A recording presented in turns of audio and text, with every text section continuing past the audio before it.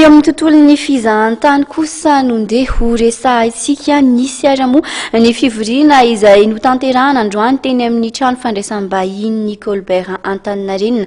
Tanjona tao anatin'ity fivoriana ity moa ny famerenana indray ny fandriam-pahalemana any Nosy Be mba ampiroboroboana ny sehitry ny fizahantany sy ny toe-karena any an-toerana.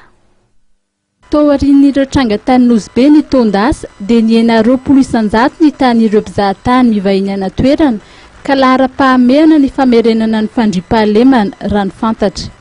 Izay no anisan'ny nisongadina nandritra ny fivoriana izay notanterahan'ny ministera maromaro nahitana ny ministeran'ny fizahantany, ny ministeran'ny fiarovam-pirenena, ny ministeran'ny filaminana anatiny ary ny sekreteram-panjakana miadidin'ny gendarmerie.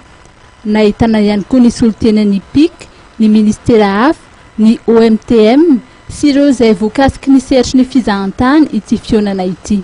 Tsy azo atao hoe mora ihany ny amehezana ny surtout ny kany Nosy Be raha resana.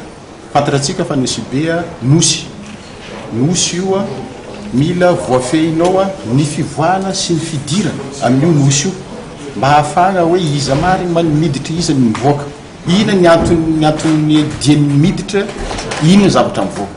Ka zany rehetrarehetra zany ny effort natao zany mbola tsapa fa mbola tsy tonga mitanjona zay tokony ho tratrarina.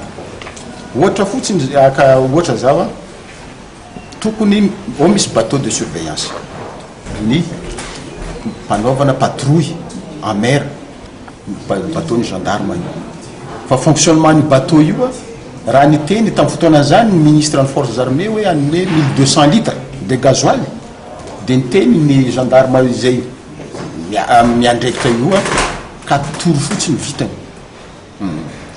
Pour dire amitsika zany hoe à quel point ny importance ny besoin ilaina zany afahana mamehy ny sécurité surtout ny kany Nosy Be. Betsika ny zavatra efa natao kanefa kosa mbola matsapa zay fa mbola betsika koa ny zavatra ilaina. Ka isorana ny président izay hitonareo teo ny déclaration izay naverinay teo tamin'ny ouverture ny assemblée générale UNTM tao amin'ny Carleton izay vonavona tokoa ary nametraka fa apetraka anome zay fitaovana rehetrarehetra ilaina amin'ny famerenana ny fandriam-pahalemana Nosy Be. No amafisiny ity farany fa ny lahara-pahamehana amin'izao dia ny fametrahana ireo entimanana na moyen logistique ilain'ny mpitandro filaminana ao Nosy Be. Sehatra telo raha ny voalaza no anisan'ny tena mampiodina ny toe-karena ao Nosy Be teo aloha: ny sirama, ny pêcherie ary ny fizahantany.